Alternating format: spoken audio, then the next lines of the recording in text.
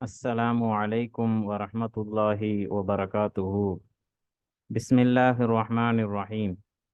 அன்பிற்குரிய அல்லாஹ்வின் நல்லடியார்களே, அருமையான பாசத்திற்குரிய மாணவ மாணவிய கண்மணிகளே, ரியாதுல் பதிஆ கிதாபில் இன்ஷா அல்லாஹ் இன்று நாம் பாடம் 31 பார்க்க இருக்கின்றோம். அருமையானவர்களே, இந்த 39வது பாடம் எது சம்பந்தப்பட்டது என்றால் ஜகாத்து ஸஹபி வல் ஃபிவ்வதி வத் திஜாரா, தங்கம் இன்னும் வெள்ளி இன்னும் வியாபாரத்தின் ஜகாத்து பற்றிய ஒரு பாடம். அருமையானவர்களே, நாம் முந்திய பாடத்தில், அதாவது 38வது பாடத்திலே ஜகாத்து குறித்து சில முன்னுரை தகவல்களை நாம் தெரிந்து கொண்டோம்.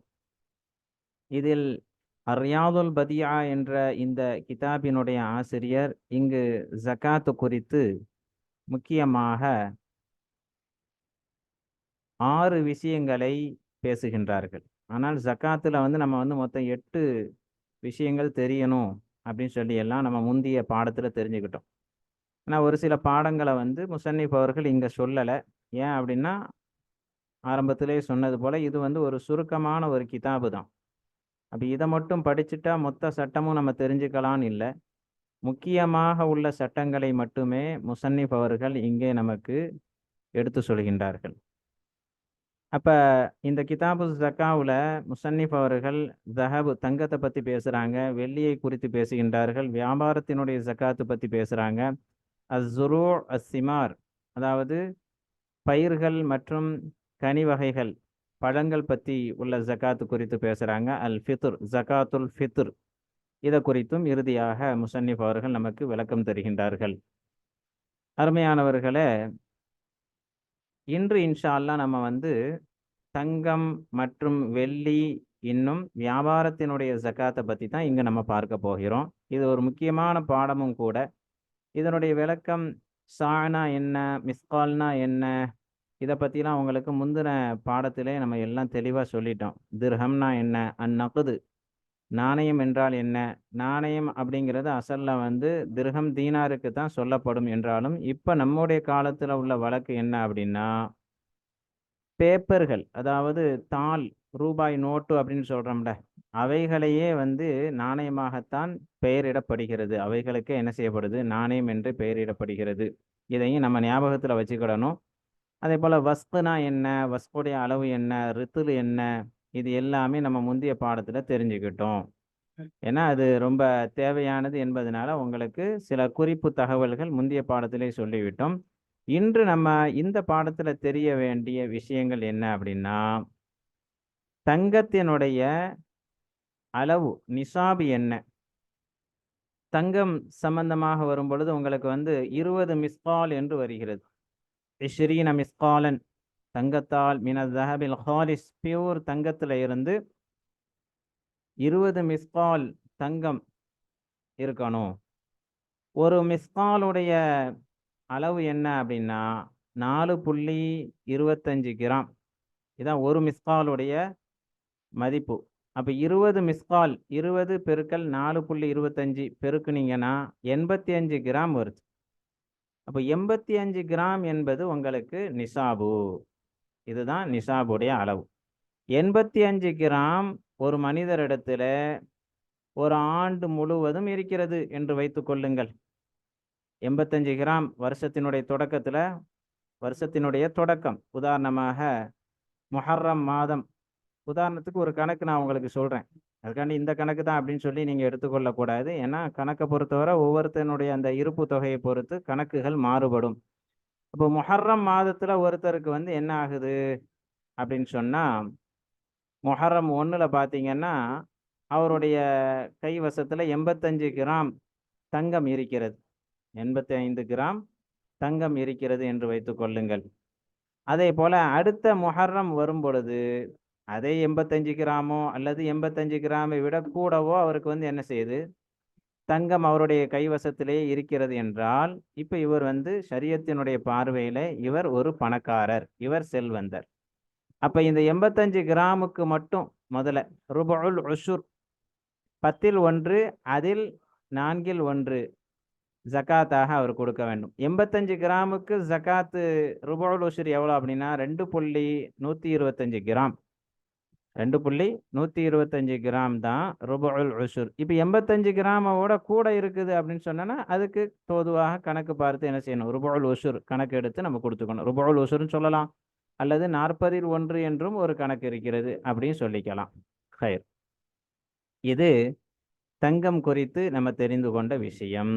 அடுத்து வாருங்கள், வெள்ளி சம்பந்தமாக பார்க்கும் பொழுது 200 திர்ஹம் மினல் ஃபில்லத்தில் ஹாலிசா, ஹாலிசான பியூர் வெள்ளியில இருந்து 200 திர்ஹம் யாரிடத்துல இருக்கிறதோ அவர் பணக்காரர். ஒரு ஆண்டு முழுவதும் அவருடைய கைவசத்திலே இருக்கிறது அப்படின்னு சொன்னா, ஒரு திர்ஹத்தினுடைய எடை அளவு எவ்வளோ அப்படின்னு சொன்னா 2.975 கிராம்.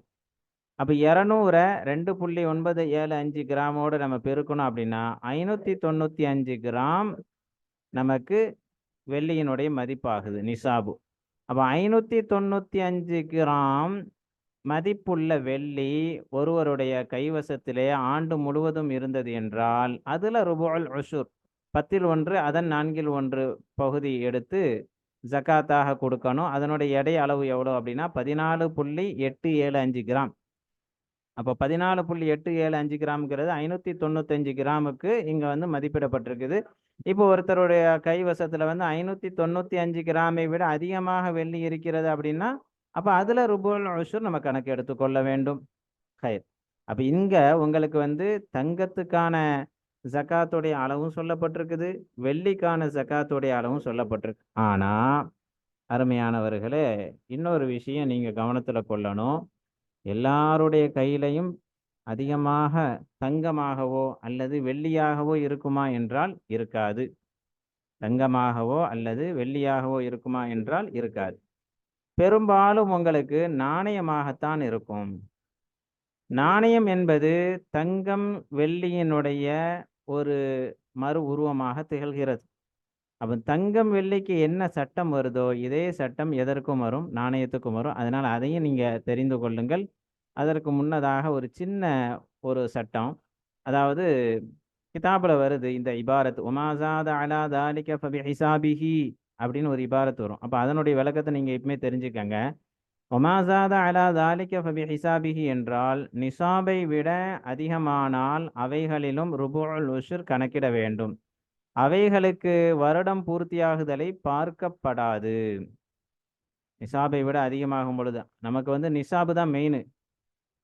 வருடத்தினுடைய தொடக்கத்தில் நிசாப் இருக்கிறது என்றால் ஆண்டு முழுவதும் அதே அந்த நிசாப்னா உங்களுக்கு நான் முன்னாடி சொல்லிட்டேன். தங்கத்துக்கான நிசாப் என்ன, வெள்ளிக்கான நிசாப் என்னங்கிறது நான் சொல்லியிருக்கிறேன். அதுதான் நிசாபு, சரியா? அப்போ வருடத்தினுடைய இறுதியில் பார்த்தீங்கன்னா அந்த நிசாபுடைய அளவோ அல்லது அதை விட அதிகமாக இருந்தது அப்படின்னு சொன்னோன்னா அதற்கு ருபுல் உஷ்ர் கணக்கு எடுத்து கொடுத்துக்கொள்ளணும். இதுதான் இங்கே கருத்து. ஹைர், இங்கே நாணயம் குறித்தும் சில சட்டங்களை நம்ம தெரிந்து கொள்ள வேண்டும். அது என்ன அப்படின்னா, அந்நகது, நாணயம் என்றால் ஒவ்வொரு நாட்டிலும் புழக்கத்தில் உள்ள காசு பணத்திற்கு சொல்லப்படும். ஒவ்வொரு நாட்டிலையும் காசு பணம் இருக்குது. இப்போ இந்தியாவை எடுத்துக்கிட்டீங்க அப்படின்னு சொன்னோன்னா ரூபா நோட்டுக்கு வந்து என்ன செய்வோம், அந்த தாள் பேப்பர் இருக்குல்ல அதற்கு வந்து ரூபான்னு சொல்லுவாங்க. அதே போல் நாணயமாக காசுக்கு வந்து என்ன சொல்லுவாங்க, பைசா அப்படின்னு சொல்லுவாங்க, ரூபாய் பைசா. இதே மலேசியாவை எடுத்துக்கிட்டீங்க அப்படின்னு சொன்னீங்கன்னா அங்கே வந்து ரிங்கிட் சென் அப்படின்னு சொல்லுவாங்க. ரிங்கிட் அல்லது சென். அதே போல் வெள்ளி அப்படிங்கிற வார்த்தையும் தமிழில் புழங்குறாங்க, மலாயில் வந்து ரிங்கிட் அப்படின்னு புழங்குறாங்க. சிங்கப்பூரை எடுத்துக்கிட்டீங்க அப்படின்னு சொன்னால் அங்கே வந்து டாலர் அப்படின்னு சொல்கிறாங்க, சிங்கப்பூர் டாலர். புர்னைக்கு அவங்களுடைய நாட்டில் அவங்களுடைய நாட்டுடைய வழக்கில் ஒரு பெயர் வச்சுருப்பாங்க. அதே போல் அமெரிக்காவை எடுத்துக்கிட்டீங்க அப்படின்னு சொன்னால் அங்கே அவங்களுடைய அந்த காசு பணத்துக்கு வந்து என்ன செய்கிறாங்க, டாலர் அப்படிங்கிற வார்த்தையை பயன்படுத்துகிறாங்க. அதே போல் ரியால், சவுதி எடுத்துக்கிட்டீங்க அப்படின்னு சொன்னோன்னா சவுதியில் வந்து என்ன செய்கிறாங்க, ரியால் அப்படிங்கிற வார்த்தையை பயன்படுத்துகிறாங்க. அதே போல் குவைத்தை எடுத்துக்கிட்டோம் அப்படின்னா தீனார் பயன்படுத்துகிறாங்க. ஆனால் எல்லா நாட்டிலையுமே உங்களுக்கு வந்து எப்படி தான் இருக்கும், அந்த வெள்ளி நாணயமோ அல்லது தங்க நாணயமோ வந்து என்ன செய்கிறது இல்லை, புழங்குறது இல்லை. வெள்ளி காசு தங்க காசுன்னு பழமையான கிதாபுகள்ல எல்லாம் பார்த்தீங்கன்னா திர்ஹம் தீனார் அப்படின்னு வருது அப்படின்னா அது வந்து வெள்ளி நாணயம் தங்க நாணயம் அப்படிங்கிறது அதனுடைய விளக்கம். ஆனா தங்க நாணயமாகவோ வெள்ளி நாணயமாகவோ புழக்கத்துல இப்ப இருக்குதான்னு கேட்டா இப்ப இல்லை. இப்ப நாணயம் என்றால் காசு பணம் அப்படின்னா அந்தந்த நாட்டில் உள்ள காசு பணம் தான் என்ன புழக்கத்துல இருக்குதோ அதுதான் என்பதை நீங்கள் கவனத்துல கொள்ளணும். அப்ப தங்கம் வெள்ளிக்கு என்ன சட்டமோ ஜகாத்துடைய சட்டமோ அதே சட்டம் எதற்கும் வரும். அந்தந்த நாட்டில் புழங்கப்படக்கூடிய காசு பணத்திற்கும் அந்த சட்டம் வரும் என்பதை நீங்கள் கவனத்தில் கொள்ள வேண்டும். ஒவ்வொரு நாட்டிலும் புழக்கத்தில் உள்ள காசு பணத்திற்கு சொல்லப்படும் நாணயம் என்றால். நாணயம் குறித்து நாம் தெரிய வேண்டிய சில நடைமுறை சட்டங்கள். நடைமுறையில் நாணயங்கள் தங்கம் வெள்ளியின் மறு உருவமாக இருக்கின்றது. எனவே தங்கம் வெள்ளிக்கு ஜகாத்துடைய சட்டம் எப்படி உள்ளதோ அதுபோன்றே நாணயத்திற்கும் ஜகாத்துடைய சட்டம் வரும். இதான் மெயின். நம்ம தங்க வெள்ளிக்கான சட்டம் வந்து ஜகாத்துடைய சட்டம் முந்தின பக்கத்துல நம்ம தெரிஞ்சுக்கிட்டோம். அப்ப அதே சட்டம் எதற்கும் வரும், நாணயத்திற்கும் வரும். அப்ப தங்கத்தினுடைய நிசாபு என்ன சொல்லப்பட்டதோ அந்த நிசாபினுடைய மதிப்பின் அளவிற்கு ஒருத்தர்கிட்ட நாணயம் இருக்கிறது. அந்தந்த அவர் இருக்கக்கூடிய அந்த நாட்டினுடைய காசு பணம் இருக்கிறது அப்படின்னு சொன்னா அது ஆண்டு முழுவதும் அவருடைய கட்டுப்பாட்டில் கைவசத்தில் இருந்தது என்றால் அப்ப அதுல வந்து அவர் என்ன செய்யணும், ருபுல் உஷர் கணக்கு எடுத்து கொடுக்கணும். இதுதான் மெயின். நாணயத்திற்கும் ஜகாத்துடைய சட்டம் வரும். இருப்பினும் சரி, இப்ப தங்கம் வெள்ளி ரெண்டு இருக்குது. தங்கத்தினுடைய மதிப்பு வெள்ளியினுடைய மதிப்பை காட்டிலும் தங்கத்தினுடைய மதிப்பு உயர்ந்தது. அப்ப இப்ப நாணயத்துக்கு வந்து எப்படி நிசாபை நிர்ணயிக்கிறது அப்படின்னா, இருப்பினும் வெள்ளியின் நிசாபை அடிப்படையாக வைத்து நாணயத்திற்கும் நிசாபாக வைத்து கொள்ள வேண்டும். அப்ப வெள்ளிக்கு நிசாபை நம்ம என்ன சொன்னோம், முந்தின பக்கத்துல நம்ம சொல்லியிருக்கிறோம். அதாவது 595 கிராம் வெள்ளி ஒருத்தர் இடத்துல இருந்தா அவர் ஜக்காத்து கொடுக்கணும் நம்ம சொல்லியிருக்கோம்ல. 595 கிராம் வெள்ளி. அதே மாதிரி 595 கிராம் வெள்ளிக்கு மதிப்பான இப்ப 595 கிராம் வெள்ளி வாங்குறதுக்கு எவ்வளவு ரூபாய் தேவைப்படும்? இப்போ உள்ள வெள்ளியினுடைய ரேட்டுக்கு நம்ம என்ன செய்யணும், மதிப்பிட்டு கொள்ளணும். இப்போ நம்ம ஜக்காத்துடைய சட்டம் நம்ம தெரிகிறதுனால இப்போ உள்ள வெள்ளியினுடைய அந்த மதிப்பை நீங்க தெரிஞ்சுக்கணும். அல்லது ஒருத்தர்கிட்ட வந்து ஏற்கையிலே அவருடைய கைவசத்தில் 595 கிராம் வெள்ளியினுடைய மதிப்புக்கு நிகரான பணம் அவருடைய கையில் இருக்கிறது என்று வைத்துக் கொள்ளுங்கள்.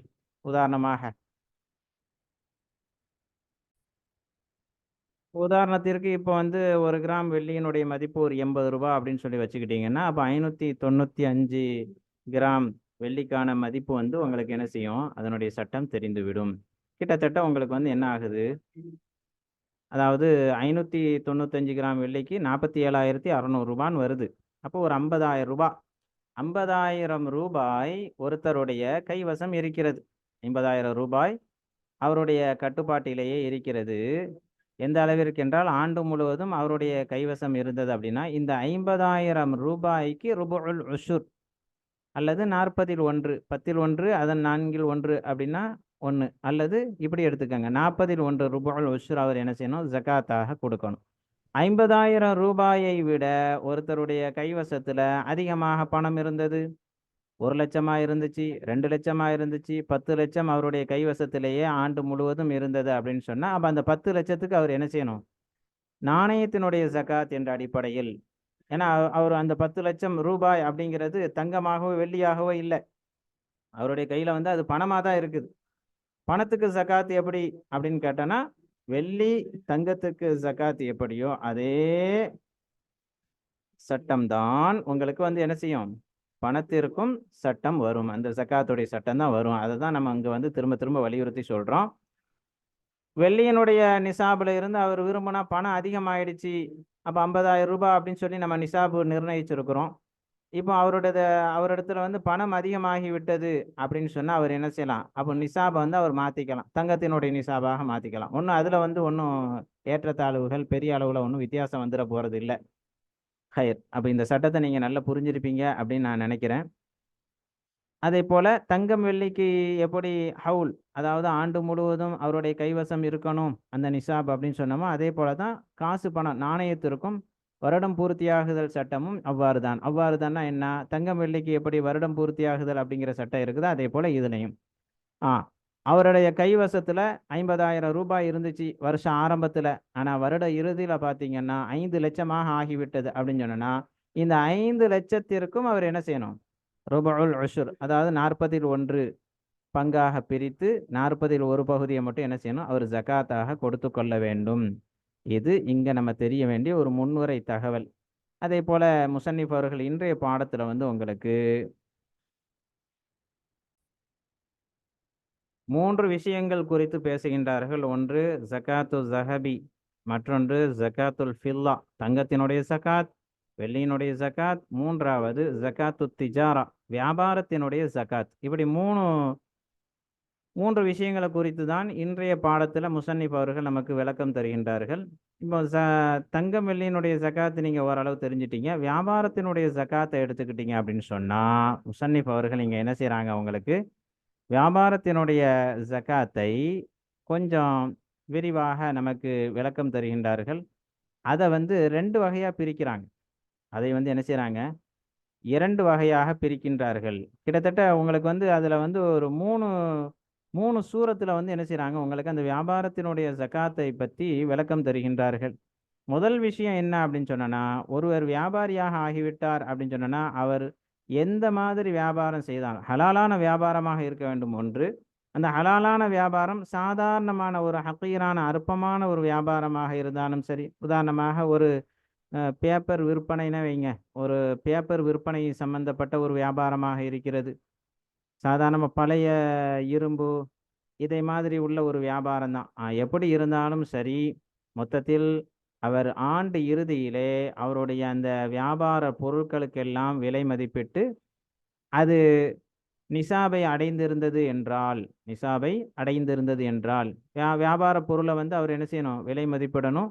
எதை கொண்டு அவர் அந்த பொருளை வாங்கினாரோ அதை கொண்டு. பெரும்பாலும் உங்களுக்கு வந்து நம்ம நாட்டை பொறுத்தவரை எடுத்துக்கொள்ளுங்களேன். நம்ம நாட்டினுடைய அந்த காசு பணத்தை வச்சு தான் நம்ம என்ன செய்கிறோம்? வியாபார பொருளை வாங்குறோம். அப்போ நம்ம காசு பணத்துக்கு நம்ம நிசாப் வந்து சொல்லிட்டோம். 50,000 ரூபாய் அப்படின்னு சொல்லி. அப்போ 50,000 ரூபாய் மதிப்புள்ள வியாபார பொருட்கள் ஒருவருடைய கட்டுப்பாட்டில் கைவசத்திலே வருட ஆரம்பத்தில் இருந்து வருடம் முழுவதும் அவருடைய கைவசத்திலேயே இருந்தது அப்படின்னு சொன்னா அது நிசாப். இப்போ அந்த 50,000 ரூபாய்க்கு என்ன ஜக்காத்தாக கொடுக்கணுமோ அதை கொடுக்கணும். இது பொதுவாக வியாபாரத்தினுடைய ஒரு சட்டம். அடுத்து வாங்க, இப்ப ஒருத்தர் அவருடைய கையில வந்து இயற்கையிலேயே தங்கம் இருக்கு. நிசாபுக்கு மதிப்பான தங்கம் இருக்கிறது, அல்லது நிசாபுக்கு மதிப்புள்ள வெள்ளி இருக்கிறது. இப்படி இருக்கும் பொழுது அந்த தங்கம் வெள்ளியை வச்சே அவர் என்ன செய்யறாரு? வியாபார பொருளை வாங்கிட்டார். இப்ப வியாபார பொருளை வாங்கினதுனால இவர் எப்ப வாங்குறாரோ அப்ப இருந்துதான் அவருக்கு ஹவுல், அதாவது வருடத்தினுடைய ஆரம்பம் என்பது தொடங்குமா என்றால் தொடங்காது. ஏன்னா ஏற்கனவே அவருடைய கையில வந்து தங்க வெள்ளி இருந்துச்சுல, அதற்கு என்ன வருடத்தினுடைய கணக்கு ஆரம்பமோ அதுதான் இதற்கும். ஏன்னா அதாவது தங்கம் வெள்ளியாக இருந்ததை இப்ப அவர் என்ன செஞ்சிட்டாரு? பொருளாக, வியாபார பொருளாக மாத்தி இருக்கிறார். மாத்தினதுனால வியாபாரத்தை எப்போ அவர் செய்ய தொடங்குவாரோ அப்பொழுது இருந்துதான் அவருக்கு வருடத்தினுடைய துவக்கம் ஆரம்பமாகும் அப்படின்னு சொல்ல முடியுமான்னு கேட்டா முடியாது. இது ஒரு சட்டம்.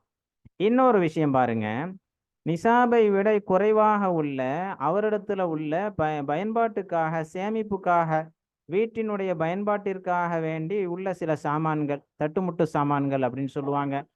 உதாரணமா வீட்டில் வந்து கட்டிலு, பீரோலு, வாஷிங் மிஷினு, ஃப்ரிட்ஜு இப்படி எல்லாமே இருக்குதுல்ல. இப்போ இதெல்லாம் என்ன செஞ்சிட்டாரு அப்படின்னு சொன்னா, இதெல்லாம் விற்று அல்லது இதற்கு பகரமாக வியாபார பொருட்களை அவர் வாங்கிட்டார். வியாபார பொருட்களை வாங்கி இதெல்லாம் அவர் வந்து என்ன செய்கிறாரு? ஒன்று விற்கிறார், அல்லது வீட்டில் இருந்த அந்த பழைய பாத்திரங்கள் இதெல்லாம் என்ன செய்கிறாரு அப்படின்னு சொன்னா விற்பனை செய்து, இப்போ அவர் என்ன வியாபாரம் செய்யணும்னு நினைக்கிறாரோ அதே மாதிரி ஒரு மளிகை கடை தொடங்கணும்னு நினைக்கிறாரு, அல்லது ஒரு ஸ்டேஷனரி கடை தொடங்கணும் அப்படின்னு சொல்லி அவர் நினைக்கிறாருன்னு வைங்களேன். இப்போ அவர்கிட்ட இருந்த அந்த வீட்டில் உள்ள அந்த பொருட்களை எல்லாம் விற்பனை செய்து தான் இப்போ அந்த ஸ்டேஷனரி கடையோ அல்லது மளிகை கடையோ தொடங்கியிருக்கிறாரு அப்படின்னு சொன்னால், இவர் வியாபாரம் தொடங்குறதுல இருந்து தான் வருடத்தினுடைய தொடக்கம் அந்த கணக்கு வந்து தொடங்கும். ஏன் அப்படின்னு சொன்னா, இவருடைய கைவசத்தில் இருந்த அந்த ஆரம்பமான அந்த பொருட்கள் இருக்கிறதே, அது எதுவுமே நிசாபுக்கான பொருள் அல்ல. இதை தான் இங்கே சொல்ல வராங்க. அதே போல் நிசாபை விட குறைவாக உள்ள தங்கத்தை கொண்டு, நிசாபை விட குறைவாக உள்ள வெள்ளியை கொண்டு அவர் என்ன செஞ்சார்? வியாபார பொருட்களை வாங்கி வியாபாரத்தை தொடங்குகிறார் என்றால், அவர் வியாபாரம் செய்ய தொடங்குறதுல இருந்து தான் அவருடைய வருடத்தினுடைய தொடக்கம் ஸ்டார்ட் ஆகும்.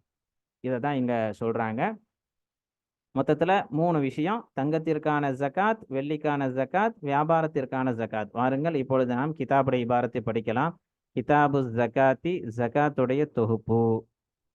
வான்வாஉஹா கசீரத்துன், இந்த ஜகாத்துடைய வகைகளாகிறது கசீரத்துன் அதிகமாக இருக்கிறது. ஃபமின்ஹா, அந்த வகைகளில் இருந்தும் ஒன்றுதான் ஜகாத்து ஜஹபி, தங்கத்தினுடைய ஜகாத், வல் ஃபில்லத்தி, இன்னும் வெள்ளியினுடைய ஜகாத்தும். வஹிய வாஜிபத்துன் அலாமன் மலக 20 மிஸ்காலன் மின ஜஹபில் ஹாலிஸ். ஹாலிஸ் அப்படின்னு ஏன் கொண்டு வராங்க அப்படின்னா, கலப்படம் இல்லாமல் பியூர் தங்கம் அப்படிங்கிறது கருத்திங்க. கலப்படம் இல்லாமல் பியூர் தங்கமாக ஒருத்தர் இடத்துல, இப்போ ஒருத்தர்கிட்ட வந்து தங்கம் இருக்குது, கலப்படத்தோட தங்கம் இருக்குது. சில நேரத்தில் அந்த மற்ற உலோகங்கள் அதில் சேரும், செம்பு இது மாதிரியான உலோகங்கள் சேர்ந்து இருக்குது. தங்கம் பார்த்தீங்கன்னா உங்களுக்கு வந்து மொத்தத்தில் வந்து ஒரு 70 கிராம் தான் இருக்குது. ஆனால் மீதி வந்து என்ன ஆகுது, அதில் செம்பு வந்து கலந்துருக்கு அப்படின்னு சொன்னால், இப்போ 70 கிராம் செம்பினுடைய எடையெல்லாம் சேர்த்து பார்த்தீங்கன்னா ஒரு 90 கிராம் வருதுன்னு வைங்களேன். இப்போ இது நிசாப் ஆகுமான்னு கேட்டால் நிசாப் ஆகாது.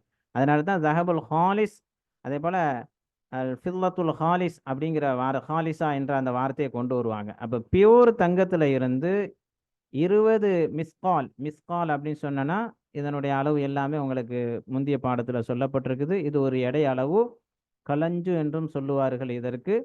அப்போ 20 மிஸ்காலுடைய எடை அளவு ஒருத்தர் சொந்தப்படுத்தி கொண்டார். மண் மலக்க, யார் சொந்தப்படுத்தி கொண்டாது 20 மிஸ்காலால் மின ஜஹபில் ஹாலிசி, பியூர் தங்கத்தில் இருந்து ஒருவர் சொந்தப்படுத்தி கொண்டாலோ, அல்லது 200 திர்ஹமின் மினல் ஃபில்லத்தில் ஹாலிசா, பியூர் வெள்ளியில இருந்து 200 திர்ஹம், திர்ஹம்னாலே வெள்ளி காசு என்பது பொருள்.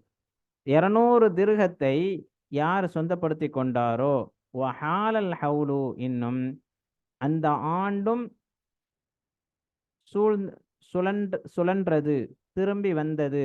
அதாவது ஹாலல் ஹவுலுவை கொண்டு கருத்து, ஒரு ஆண்டு முழுவதும் நிறைவானது, ஒரு ஆண்டு முழுவதும் இறுதி அடைந்தது. வருடத்தினுடைய தொடக்கத்திலிருந்து வருடத்தினுடைய கடைசி வரை 12 மாதங்கள் முழுவதும் அவருடைய கைவசத்திலேயே இருந்தது என்றால், ஒஹிய ஃபி மில்கிஹி, இன்னும் அதுவுமோ அவருடைய கைவசத்திலேயே இருக்கும் நிலையிலே, வஹாலல் ஹவுலு, ஆண்டும் சுழண்டது, ஒரு ஆண்டு சுழன்று விட்டது, ஒரு ஆண்டு முடிந்து விட்டது என்றால், வயஹ்ருஜு மின் ஸாலிக, அப்ப அந்த பொருளில் இருந்து அவன் வெளியாக்குவான் ருபஅல் உஷ்ரி, 10ல் 1, அதன் 4ல் 1 வெளியாக்குவான். இந்த ருபுல் உஷ்ருக்கு 40ல் 1 என்றும் அர்த்தம் வைத்துக் கொள்ளலாம். அசல்ல நேரடி பொருள் 10ல் 1. அதாவது இந்த நிசாபை வந்து என்ன செய்யணும், 10 பாகமாக ஆக்கணும். 10 பாகமாக ஆக்கி அதில் ஒரு பாகத்தை எடுத்து அதை 4 பாகமாக ஆக்கி அதில் ஒரு பாகத்தை ஜக்காத்தாக கொடுக்கணும். இதுதான் ருபுல் உஷ்ருடைய கருத்து. இதை நேரடியாக புரியறதுக்கு கொஞ்சம் சுற்றி வளைச்சி போகிற மாதிரி இருக்குது. இதே நீங்கள் 40ல் 1 அப்படின்னு போட்டிங்கன்னா உங்களுக்கு கணக்கு ரொம்ப லேசாயிரும். அதாவது மொத்தம் அந்த நிசாபுடைய அந்த பொருளை வந்து 40 பாகமாக ஆக்கி 40ல் ஒரு பாகம் வந்து என்னது, ஜக்காத்தாக ஏழை எளிய அந்த ஜக்காத்துக்கு தகுதியான அந்த மக்களுக்கு என்ன செய்யணும், கொடுத்து விட வேண்டும். ஒமாசாத அலா தாலிக்க ஃபபி ஹிசாபிஹி, அதைவிட அதிகமான ஒன்றுக்கு அதன் கணக்கை கொண்டு இருக்கும். மேலே நிசாப் உங்களுக்கு 20 மிஸ்கால், 20 மிஸ்கால் அப்படின்னு சொல்லிட்டாங்க. இப்போ ஒருத்தட்ட வந்து 20 மிஸ்காலோட அதிகமாக இருந்தது என்றால், அப்போ ஃபபி ஹிசாபிஹி, அதற்கு அதனுடைய கணக்கு, அதில் 40ல் 1 நீங்கள் என்ன செய்யணும், கணக்கு பார்த்து கொள்ள வேண்டும். 30 மிஸ்கால் இருந்தது, 40 மிஸ்கால் இருந்தது அப்படின்னு சொன்னால், தங்கத்தினுடைய கிராம் கணக்கு வந்து உங்களுக்கு வந்து 85 கிராம் என்று சொல்லப்பட்டிருக்கு. இப்போ ஒருத்தருடைய கைவசத்தில் வந்து என்ன ஆகுது, 100 கிராம் தங்கம் இருந்தது, 200 கிராம் தங்கம் இருந்தது அப்படின்னு சொன்னா, அப்போ அதில் 40ல் 1 என்ற கணக்கு எடுத்துக்கொள்ள வேண்டும். புரியுதா? இது தங்கம் வெள்ளியினுடைய அளவு. இங்கே தங்கத்துக்கு மட்டும் சொல்லப்பட்டிருக்குது, அதே போல் வெள்ளிக்கு மட்டும் கணக்கு சொல்லப்பட்டிருக்குது. பெரும்பாலும் பார்த்தீங்கன்னா யாருடைய கையிலையும் தங்கமாகவோ அல்லது வெள்ளியாகவோ இருக்க வேணா, நகையாக இருக்கலாம். நகைன்னு வரும்போது அதுக்கு சட்டம் மாறுபடும். நகைங்கிறது வந்து என்னது, ஆபரண தங்கம். நகை என்பது உங்களுக்கு வந்து தங்கத்தில் செய்யப்பட்ட நகையும் இருக்குது, அதே போல் வெள்ளியில் செய்யப்பட்ட நகை இருக்குது. பொதுவாக ஷாஃபி மதுஹபை பொறுத்தவரை ஒருவர் அணிவதற்காக வேண்டி அணிகலனாக அந்த நகைகளை பயன்படுத்துகிறார், அணிகலன் என்ற நீயத்திலேயே அந்த நகைகளை பயன்படுத்துகின்றார்கள் என்றால் அவர் எவ்வளவோ அணிகலன் தேவையோ அவர் தனக்கு எல்லாமே அணிகலன் என்ற அந்த நீயத்திலே பயன்படுத்துகிறார் அப்படின்னா அந்த அணியும் நகைகளுக்கு என்ன கிடையாது, ஜக்காத்து கடமை அல்ல. அது தங்கமாக இருந்தாலும் சரி அல்லது வெள்ளியாக இருந்தாலும் சரி அதற்கு ஜக்காத்து கிடையாது. இது அவங்களுடைய நீயத்தை பொறுத்து மாறுபடும்.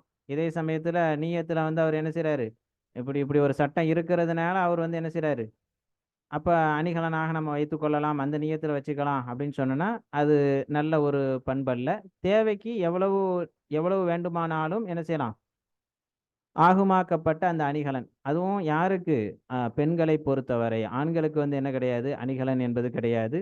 அப்போ இதில் எல்லாம் கொஞ்சம் சட்ட விளக்கங்கள் இருக்கிறது. இன்ஷா அல்லாஹ் போக போக நீங்கள் பெரிய கிதாபுகளில் அந்த சட்ட விளக்கங்களை பார்த்து கொள்வீர்கள். ஹைர், அடுத்து வாருங்கள். ஒமின்ஹா ஜகாத்து திஜாரா, இன்னும் அந்த வகைகளில் இருந்தும் ஒன்றுதான் வியாபாரத்தினுடைய ஜகாத் என்பது. ஒஹிய வாஜிபத்துன் அலா மணி தஜர, யார் வியாபாரம் செய்கிறாரோ அவர் மீது இது வாஜிபாகும், இது வாஜிபாகும். வலோ ஃபி ஷையின் ஹகீரின், அற்பமான ஒரு பொருளிலே அந்த வியாபாரம் இருந்தாலும் சரிதான். ஃபயுகவ்விமு பிலாஅத்தஹு, அதனுடைய பிலாஅத், அதனுடைய பொருட்களை, பொருள் பிலாஅத் அப்படின்னா வியாபார பொருள், அந்த பொருட்களை விலை நிர்ணயம் செய்வார். ஃபயுகவ்விமு, விலை நிர்ணயம், விலை மதிப்பு போடுவார். ஏன்னா வியாபார பொருளாக இருக்குதுல்ல, அப்போ அதற்கெல்லாம் விலை மதிப்பு போடுவார். இந்த ஆஹிரில் ஹவுலி, அந்த ஆண்டினுடைய இறுதியில், வியாபாரம் செய்ய தொடங்கின அந்த ஆண்டினுடைய இறுதியில் வந்து என்ன செய்வார், பிமஸ்துரியத் பிஹி, இந்த வியாபார சாமான்கள், பிமஸ்துரியத் அதனுடைய நாயிபு ஃபாயில் வந்து பிலா, அதாவது வியாபார சாமான்கள், பிஹி எதை கொண்டு அது வாங்கப்பட்டதோ அதற்கு பகரமாக. எதை கொண்டு வாங்கப்பட்டிருக்கும், பெரும்பாலும் நம்ம பகுதியில் பார்த்தீங்கன்னா ரூபாயை கொண்டு வாங்கப்பட்டிருக்கும். அப்போ எவ்வளோ ரூபாய்க்கு அவர் வாங்கியிருப்பார், வருஷம் ஆரம்பத்தில் ஒரு 50,000 ரூபாய்க்கு மதிப்புள்ள ஜாமான என்ன செய்கிறாரு, வருஷ ஆரம்பத்தில் வாங்கி போடுறாரு. இதே வருஷ இறுதியில் பார்த்தீங்கன்னா அதே 50,000 மதிப்புள்ள சாமான்கள் அவர் இடத்துல அப்படியே இருக்கு, அல்லது அதை விட அதிகமாக இருக்கிறது அப்படின்னு சொன்னால் 50,000 ரூபாய் என்பது நம்ம வந்து வெள்ளியினுடைய அந்த மதிப்பின்படி பார்த்தால் அது ஒரு நிசாபாக இருக்கிறது. அப்போ அதில் வந்து என்ன செய்யணும், ருபுல் உஷுர், 40இல் 1 எடுத்து கொடுக்க வேண்டும். பைன் பலகத் பிஹி நிசாபன், அதை கொண்டு அவர் வாங்கிய அந்த பொருளை எந்த எந்த காசு பணத்திற்கு பகரமாக அவர் வாங்கினாரோ அதை கொண்டு அது அடைந்து விட்டால், நிசாபன், நிசாபை இந்த ஜாமான்கள், இந்த வியாபார சாமான்கள் அடைந்து விட்டால், ஜக்காஹா பிருபுஇல் உஷ்ரி, அந்த வியாபார சாமான்களுக்கு ருபுல் உஷ்ரை கொண்டு ஜக்காத்தாக கொடுப்பார். மின் கீமத்திஹா, வியாபார சாமான்ல வந்து உங்களுக்கு வந்து என்ன செய்ய தேவையில்லை, 40இல் 1 அப்படின்னு சொல்லி இருக்கிற வியாபார பொருட்களை வந்து 40 பாகமாக பிரித்து அதில் ஒரு பாகத்தை ஜக்காத்தாக கொடுக்கணுமா என்று கேட்டால் தேவையில்லை. பி ருபுல் உஷ்ரி மின் கீமத்திஹா, அதனுடைய விலையில் இருந்து ருபுல் உஷ்ரை அவர் கொடுத்து கொள்வார். இப்போ மேலே பாருங்க, உங்களுக்கு தங்கம் வெள்ளி அப்படின்னு சொன்னோன்னா அதில் இருந்தே அப்படியே என்ன செய்யணும், ருபுல் உஷ்ரு கொடுக்கணும்னு சட்டம் வந்துச்சு. இங்கே வந்து அதனுடைய கீமத், அதனுடைய கீமத். இப்போ தங்க வெள்ளியிலையும் நம்ம வந்து அதனுடைய கீமத்தை கொடுக்கலாமான்னு கேட்டால் கீமத்தை கொடுக்கறதுக்கு அனுமதி இருக்குது. பியூர் அந்த தங்கத்தில் இருந்தே தான் 40இல் 1 எடுக்கணும், அந்த வெள்ளியில் இருந்தே தான் 40இல் 1 எடுக்கணும் அப்படின்னு சொல்லி இல்லை. ஆனால் சிறந்தது என்ன, அவர்கிட்ட இருக்கிற அந்த வெள்ளியில இருந்து 40இல் 1, அவர்கிட்ட இருக்கிற அந்த தங்கத்தில் இருந்து 40இல் 1 எடுத்து கொடுக்கறது ரொம்ப சிறந்தது.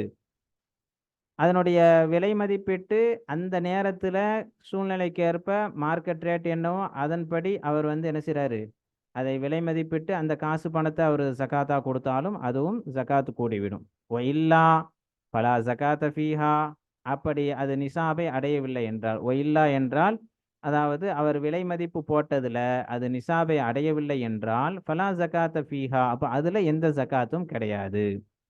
நிசாபை அடைகின்ற வரை ஜக்காத் அதில் கிடையாது.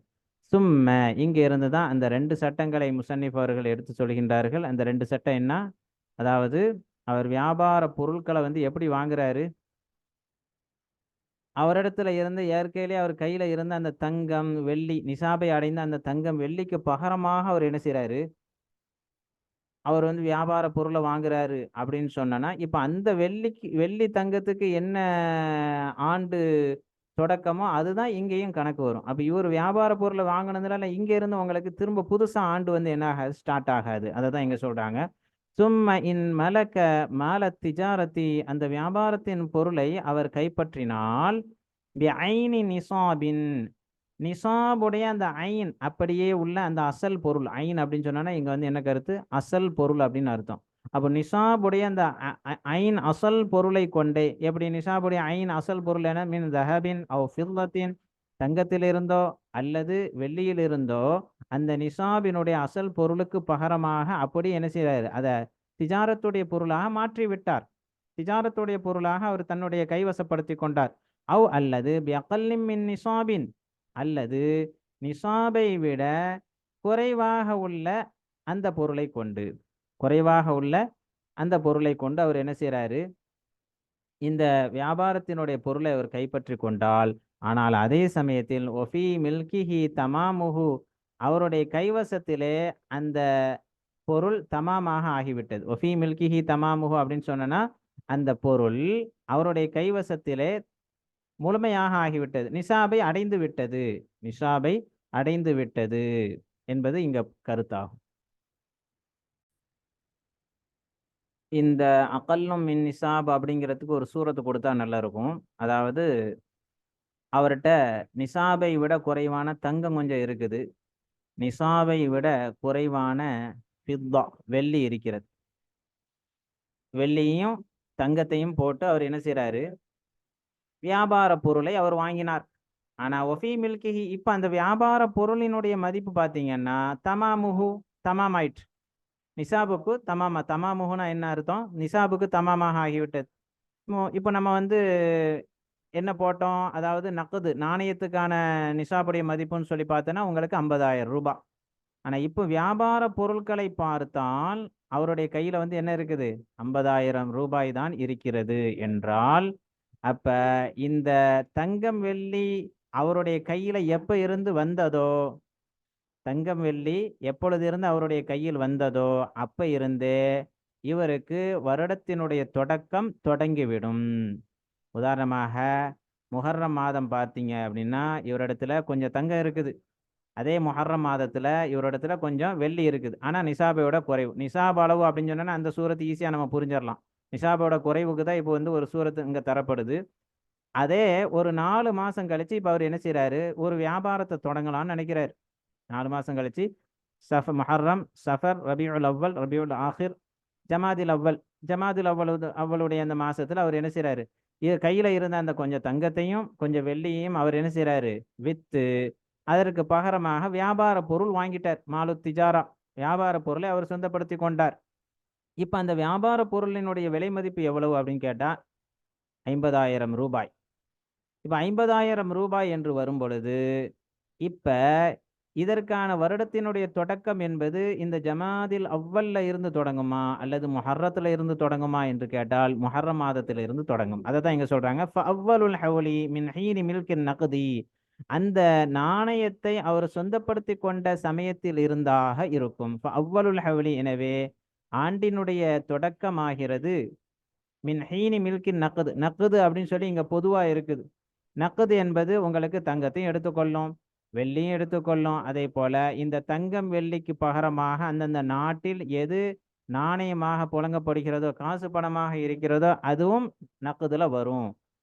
அப்ப எல்லாமே இதை இங்க பாருங்க, உங்களுக்கு வந்து ஆரம்பத்திலே சொன்னது போல உங்கள்ட்ட தங்கம்லாம் அப்படி கையில அவ்வளவு சீக்கிரமா இருக்காது. பெண்கள்கிட்ட வேணா நகையாக இருக்கலாம், தங்க அதாவது நகை இல்லாமல் பியூர் தங்கமாக மட்டுமே இருக்கிறது. அதுக்கப்புறம் தான் அது வந்து என்ன செய்யணும், நகையாகவோ அல்லது மற்ற பாத்திரமாகவோ வேற என்ன நினைக்கிறோமோ அது செய்யப்படுறது அப்படிங்கிறது அது அதுக்கப்புறம். பெரும்பாலும் மக்களுடைய கைவசத்துல வந்து ரூபா தான் இருக்கும். இப்ப நம்ம நாட்டை பொறுத்தவரை ரூபா, மற்ற மற்ற நாடுகளை பொறுத்தவரை அந்தந்த நாட்டில் என்ன புழக்கம் இருக்கிறதோ அந்த காசு பணம் அவங்கள்ட்ட இருக்கும். அப்போ இதுதான் நக்குது. அந்த நக்குதுக்கான சட்டத்தை தான் நம்ம நல்ல துல்லியமா தெரிஞ்சுக்கிடணும். அப்ப அந்த நாணயத்தை சொந்தப்படுத்தி கொண்டதிலிருந்து உதாரணமாக அவருடைய கையில வந்து ஒரு 50,000 ரூபாய் இருந்தது. இப்ப அந்த 50,000 ரூபாய்க்கு பகரமாகத்தான் வியாபார பொருள் வாங்கிட்டார் அப்படின்னா, இந்த 50,000 ரூபாய் எப்பொழுது இருந்து அவர் கையில் இருந்துச்சு? முஹர்ரம் மாதத்துல இருந்து இருக்குது. அப்போ முஹர்ரம் மாதத்துல இருந்து இப்ப அவ்வலுல் ஹவுல், வருடத்தினுடைய தொடக்கம் என்பது அவருக்கு ஸ்டார்ட் ஆயிரும். வியாபார பொருள் இப்போ வாங்கினதுனால 4 மாசம் கழிச்சு இப்ப அவருக்கு வருடத்தினுடைய தொடக்கம் ஸ்டார்ட் ஆகுமா என்றால் இல்லை. இதை தான் இங்க நீங்க புரிஞ்சுக்கணும். ஒயின் மலக்க மாலஹா, அதே சமயத்தில் அவர் மாலஹா அப்படின்னா அந்த திஜாரத்தினுடைய அந்த பொருளை, ஒயின் மலக்க மாலஹா அந்த திஜாரத்தினுடைய பொருளை அவர் சொந்தப்படுத்தி கொண்டால் பிஉரூதி குன்யத்தின், குன்யத் அப்படின்னு சொன்னா சேமிப்பு பொருட்களுக்கு பகரமாக, அல்லது வீட்டில் பயன்படுத்தும் தட்டுமுட்டு சாமான்கள், வீட்டில் என்னென்ன சாமான்கள் பயன்பாட்டுக்காக வேண்டி, இன்திஃபா அதாவது பிரயோஜனம் அடைவதற்காண்டி, வியாபாரத்தின் நோக்கத்திற்காண்டி அவர் வீட்டில் வந்து என்ன செய்யல, சாமான்கள் வாங்கி வைக்கல, பிரயோஜனம் அடையணும் தேவைக்காக வேண்டி அவர் வாங்கி வச்சிருக்கிற அந்த சாமான்களை எல்லாம் என்ன செஞ்சிட்டாரு, இப்போ வித்துட்டார்.